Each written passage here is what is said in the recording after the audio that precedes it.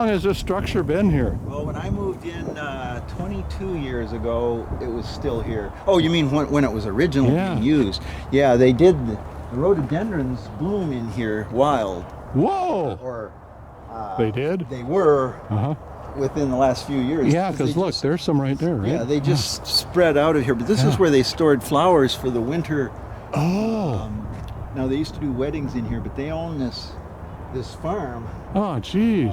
Nice. Originally constructed in the 20s, ran a floral business, iris and azaleas. They didn't even say stuff about that. Man. Rhodies. Overton Mill. Oh, yeah. And propagating rhododendrons. Yeah. And this was before the locks, I guess.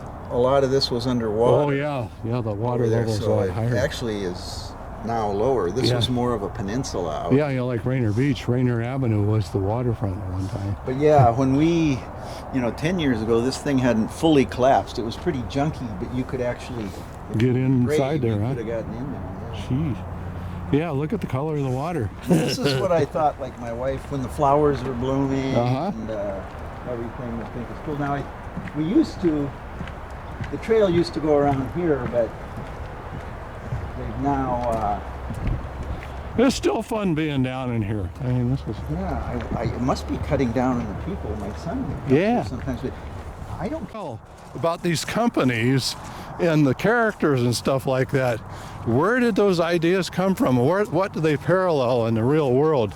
It's obviously it's about Seattle Mariners, right? Yeah. Right. But the companies, the law firms and the companies. Oh, yeah. So,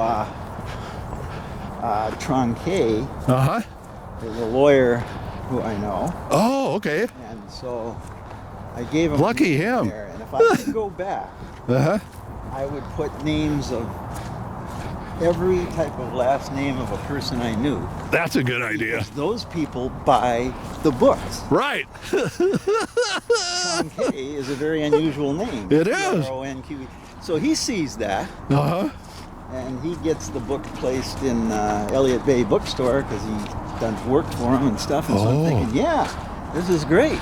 Yeah, I mean, you get these people with big egos, and get them out there doing that. Some of the names I had to fictionalize more because one of the boys, Adam, I think, was originally named Ryan. That's the age of my oldest son. Oh. He did not like that. Didn't like it's fictional. Ryan's a common name. It's not like Tronquet. So he said, "Oh yeah," and he's a lawyer like I am, and he lives in a townhouse in area of Seattle where I do, and so fictional, huh? Right. Pretty close. You're close to real world. The reason I really agreed to change it was that the great thing about the Word document, you can just change a word and say change it everywhere. Right, yeah. And so all the Ryans became Adam. Except there are some glitches, like if you had the Brian, B-R-Y-A. Right, yeah. Then it became Badam. So, you needed proofreading after doing right. Like that. So I got his name out of there. But Matt is a son. I had Jeffrey Ann because I always wanted to name a girl that. Had no girls, but... That was a cool name for a girl, huh? Yeah, I knew some girls that were named after their dads when I was in high school. Michael Ann and... I always thought it was cool. Yeah. But my wife would have never let me do it anyway. Yeah. But, and the girl later on may not have fancied it. I don't know who the other one was, but I always thought that was a cool concept. But that's become a family joke. So you can get anything into your book that you ever wanted to. See, I didn't have to name a kid. I named a character. Right.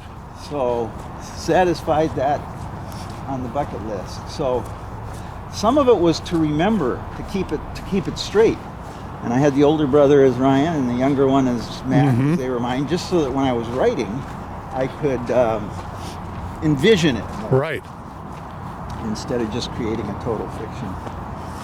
But So how long do you think it actually physically took you to write that thing? well, Was it years or months? it was years because I dabbled at different times. I retired in 2003 Yeah. and published it in 2008. So Oh. I guess I had that on there, but there was a lot I did right when I retired before I dug in. Uh-huh. And there were a few distractions I got into where I left it. But I knew that I would never get it done if I didn't, the first thing in the morning, get up, spend an hour or two, if I could, on doing something. Yeah. Treat it like a Even job. if I only got one more paragraph in there. Yeah. And so I just did it day in and day out like you do running. Right. Yeah. And then eventually you have a product.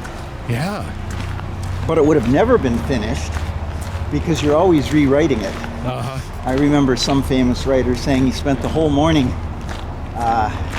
putting a word or a comma or something into his manuscript, and then he spent the afternoon taking it back out again. Oh boy. Because you read this stuff, you play with it, Yeah. and it's never done. And you're your own self-editor all the time. Right, You don't have another- everybody in the process with you. Another famous writer, a woman, I remember I was listening at some sort of seminar, and she was saying, they were asking her, since you speak these different languages, do you translate your own works? And she says, no, because I'd keep rewriting it. You know, Yeah. you're never done. Right. But a baseball fan that was in the publishing business, I showed him my manuscript, because you can send it electronically. He was interested in seeing it, and suddenly he was proofing it Wow. and saying, hey, let's do it. So I thought, okay, I'm done. Well, who's the badass baseball player that has a bad reputation? Is really good at his sport, but on the side he gets into a lot of mischief and stuff.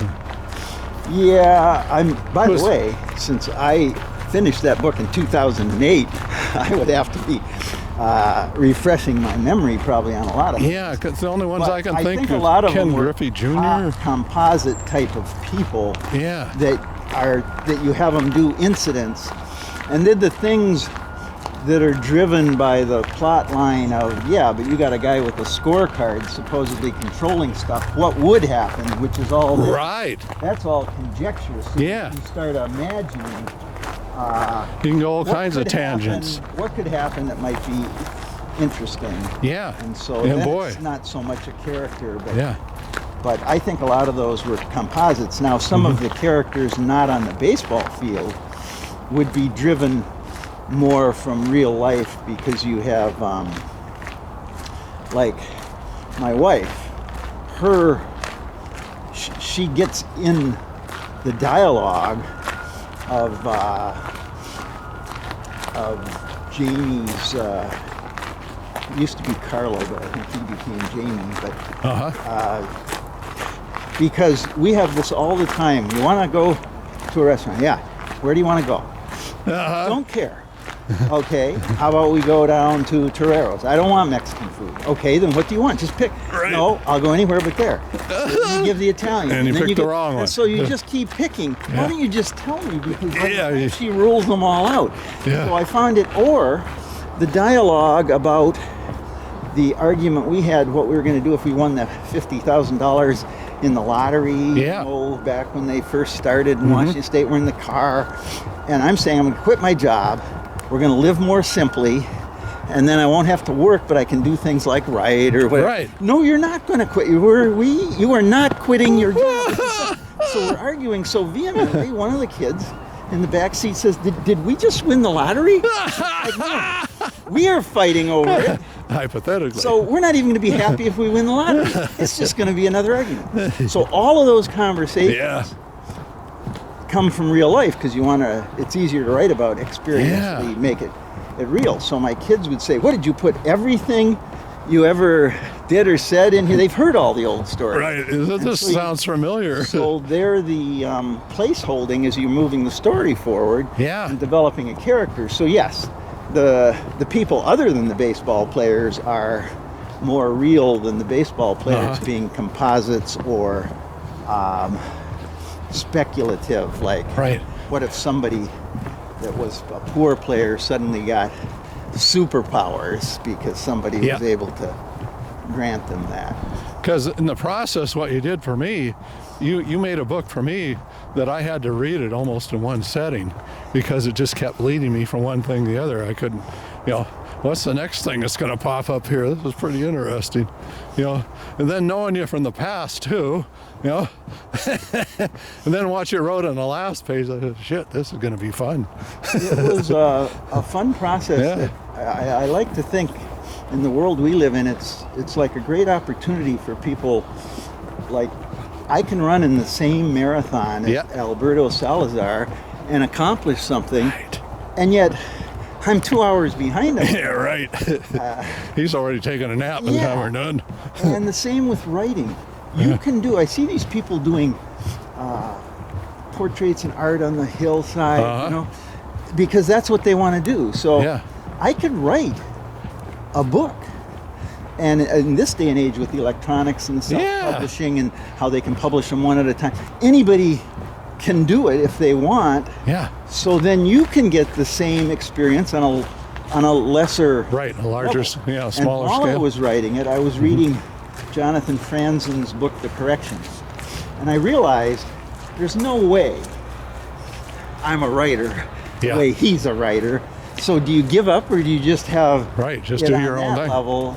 Yeah. And I'm not so embarrassed about, some of the, you kind of put yourself out there because your life is in it. And I know it. And other people that aren't doing it don't even know how hard it is until you try to do it. Right. It's like people always say, I could be a newscaster and do the news. Yeah. Well, you can't, because we've done it inside Boeing to tape people that weren't in that business.